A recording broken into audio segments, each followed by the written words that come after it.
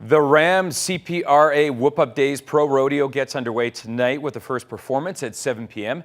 at the exhibition grandstand. Organizers say entries are up considerably this year, with about 80 cowboys taking part in the slack performance yesterday.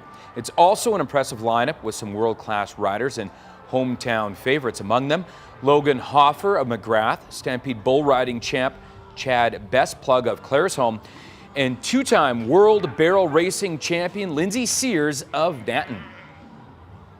There'll be a lot here we'll see at the NFR and the Canadian finals. We've got, I think tonight, I think Luke Butterfield,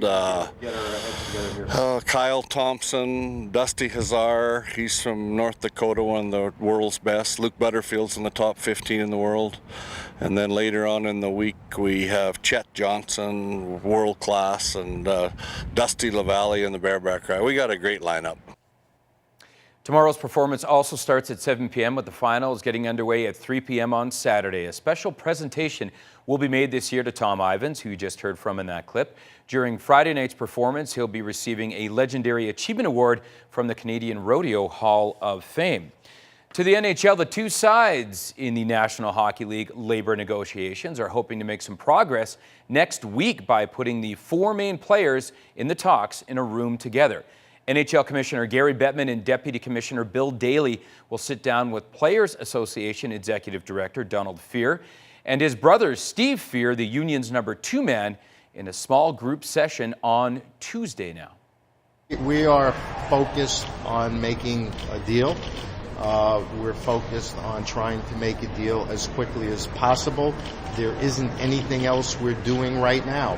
All of our time is spent either in preparation, internal meetings, or across the table in communications, and that's something we're going to keep doing. During the morning, our conversation suggested mutually that the parties would be better served by taking the time between now and Tuesday to review where we are, to work internally on various things, and then to meet again on Tuesday in New York, and to focus on the core economic issues going forward.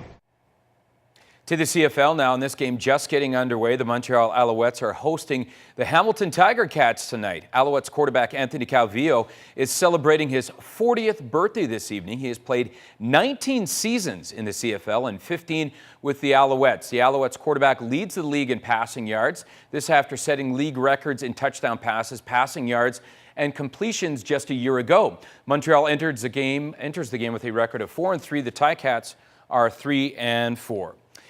To golf, the Richardson Oilseed Charity Golf Classic was held today at the Lethbridge Country Club.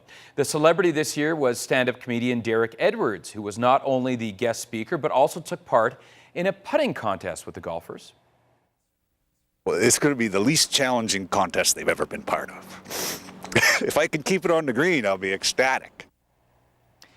And Edwards not only kept it on the green, but managed to sink one from time to time. This is the 22nd year for the Golf Classic. Since 1991, the event has raised nearly $1.5 million for charity. This year, $70,000 will be divided among 3 local charities. Edwards says the golf course is a wonderful place to spend the day, of course, although you get the impression that it's not his favorite sport. So for $20, you can get a tennis racket you can play for free the rest of your life. Or if you want to invest 10 years in the price of a house, you can learn to get 4 on a par 4.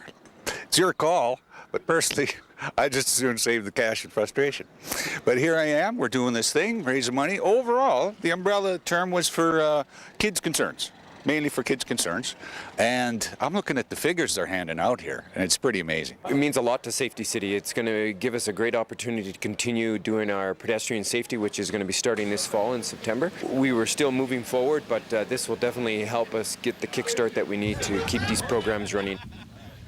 CTV's Daryl Rummold was among those taking part in this year's tournament. And from the Canadian Women's Open, Na Young Choi is the leader after the first round there in Coquitlam, BC. The Paralympic torch relay is underway in the UK. Torches were lit by 4 teams who will carry the flames in England, Scotland, Northern Ireland, and Wales. The 4 torches will be united outside London next Tuesday, one day before the games begin on August 29th. And there is your look at sports for now, Jackie.